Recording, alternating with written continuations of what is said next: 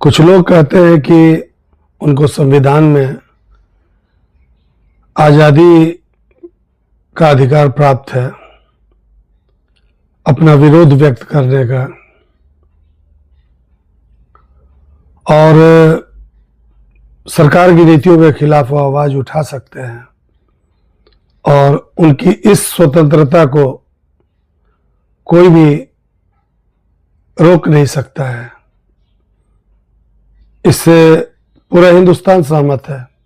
कोई शक नहीं है कि प्रजातंत्र में और हमारे संविधान के मुताबिक हर किसी को सरकार की नीतियों की आलोचना करने का अधिकार है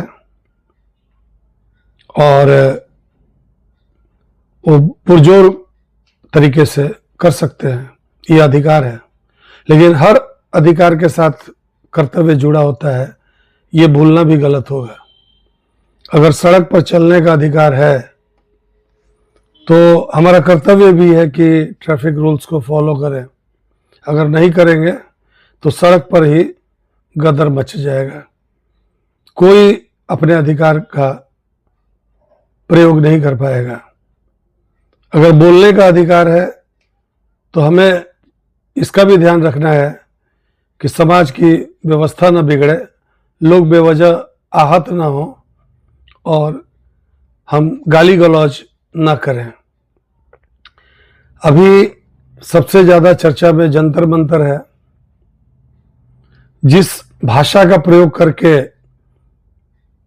प्रधानमंत्री और उनकी मां को गालियां दी गई हैं, पूरा देश मुट्ठी भर लोगों को छोड़ दें तो पूरा देश आहत है, पीड़ा से ग्रसित है और सोच नहीं पा रहा है कि हमारी शिक्षा व्यवस्था क्या है, घरों के संस्कार क्या हैं, हमारी सोच क्या है।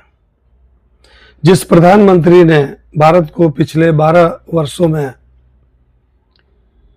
विश्व की चौथी पांचवी शक्ति बनाया, जिस प्रधानमंत्री के कार्यकाल में कश्मीर के बाहर शायद ही कहीं कोई आतंकवादी घटना हो पाई और हम सुरक्षित हैं, जिस प्रधानमंत्री के कार्यकाल में दो बार चीन से स्टैंड ऑफ होने के बाद भी डोकलाम और गलवान में उसकी हिम्मत नहीं हुई कि भारत पर एक भी मिसाइल दाग सके, जिस प्रधानमंत्री के नेतृत्व में ऑपरेशन सिंदूर और कई तरह के पाकिस्तान के खिलाफ कार्रवाइयाँ हुई, जिस प्रधानमंत्री के कार्यकाल में 80 करोड़ लोगों को मुफ्त भोजन मिलता है, जिस प्रधानमंत्री के कार्यकाल में 32 किलोमीटर प्रतिदिन हाईवे बनता है, कितने एयरपोर्ट बनते हैं, कितने कीर्तिमान स्थापित होते हैं, बदलता हुआ भारत दिखता है, करोड़ों लोगों को उज्ज्वला योजना में मुफ्त में गैस कनेक्शन मिले हैं, करोड़ों लोगों के बैंक अकाउंट खुले हैं, डायरेक्ट बैंक में पैसे ट्रांसफर हो रहे हैं, जिसने भारत की तस्वीर बदल दी। और जिस प्रधानमंत्री ने कभी अपने भाई भतीजा या परिवार के किसी व्यक्ति के लिए कुछ भी नहीं किया, आज तक उनके निवास स्थान पर परिवार का, उनकी मां के अलावा कभी कोई नहीं आया, और मां भी सिर्फ एक बार आई थी जब वो प्रधानमंत्री थे। और जिस प्रधानमंत्री के नेतृत्व में दर्जनों राज्यों में भारतीय जनता पार्टी सरकार बना चुकी है, इतना बड़ा उनको जन समर्थन है, जो विश्व में टॉप लीडर्स में जाने जाते हैं, उनको मां बहन की गालियां देना और उनकी मां तक को गालियां देना, ये कौन से अधिकार की बात कर रहे हैं हम लोग? घिन आती है। जितने सभ्य समाज के लोग हैं ये तो बोल रहे हैं कि उनको और उनकी मां को भद्दी भद्दी गालियां दी गई, लेकिन अगर उनसे ये कहा जाए कि कौन सी गालियां दी गई तो शायद वो दोहरा नहीं पाएंगे। हम खुद नहीं दोहरा सकते, अपनी जुबान पर नहीं ला सकते। आज बात ये हो रही है कि बच्चे थे, गलती हो गई, ये हो गया वो गया, माफ कर देना चाहिए। पता है, अगर ऐसी ही गलतियों पर इन तथाकथित बच्चों के माँ बाप ने कड़ा एक्शन लिया होता, थोड़ा दंड दिया होता प्यार के साथ साथ, तो आज ये दिन देखने को नहीं मिलता कि पूरा देश घायल पड़ा हुआ है, आहत है। और घिन आती है इस तरह के बयानों से। और जो 98-99% जेनजी देश में तरक्की कर रहा है, पायलट बन रहे हैं, डॉक्टर बन रहे हैं, इंजीनियर बन रहे हैं, आईआईटी में जा रहे हैं, उनके भी चेहरे पर कालिख पोतने का कुछ मुट्ठी भर जेनजी ने मतलब इस तरह की गालियां बक के उनके भी चेहरे पर कालिख पोतने का काम किया है।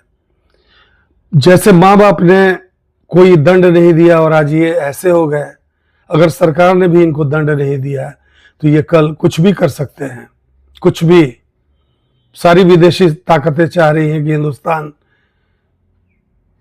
की प्रगति रुक जाए, मोदी हट जाए, ताकि एक कठपुतली सरकार यहाँ आए और हिंदुस्तान को श्रीलंका, पाकिस्तान और बांग्लादेश की तरह नचाया जा सके।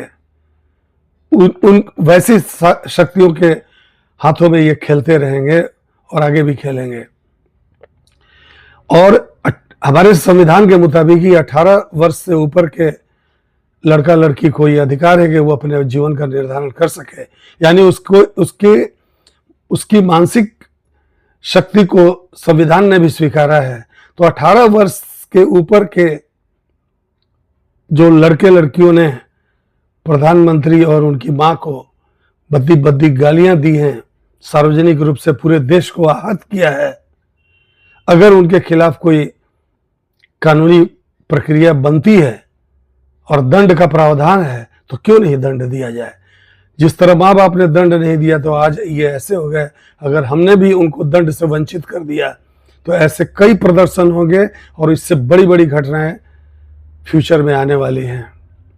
इसलिए जो एडल्ट हैं, जो 18 साल से ऊपर के हैं, उनको सजा मिलनी चाहिए, क्योंकि किसी ने सच ही कहा है, एक गुनाह की माफी 100 गुनाहों के लिए रास्ता खोलती है और एक गुनाह की सजा 100 गुनाहों के लिए दरवाजा हमेशा के लिए बंद कर देती है। इसलिए हम सबसे प्यार करें, लेकिन प्यार का तात्पर्य ये नहीं है कि हम धृतराष्ट्र की तरफ पट्टी बांधकर बैठे रहें या कृपाचार्य और द्रोणाचार्य और भीष्म पितामह की तरह मुख दर्शक बने रहें या गांधारी की तरह पट्टी बांधकर बैठे रहें और हम दुर्योधन और दुशासन सैकड़ों और हजारों की तादाद में पैदा होते हुए देखते रहें। ये उचित नहीं है। दंड जरूरी है ताकि भविष्य में बोलने की आजादी के नाम पर देश को अपमानित करने, प्रधानमंत्री को अपमानित करने और अपने अधिकारों का दुरुपयोग करने की इच्छा भी पैदा न हो। धन्यवाद।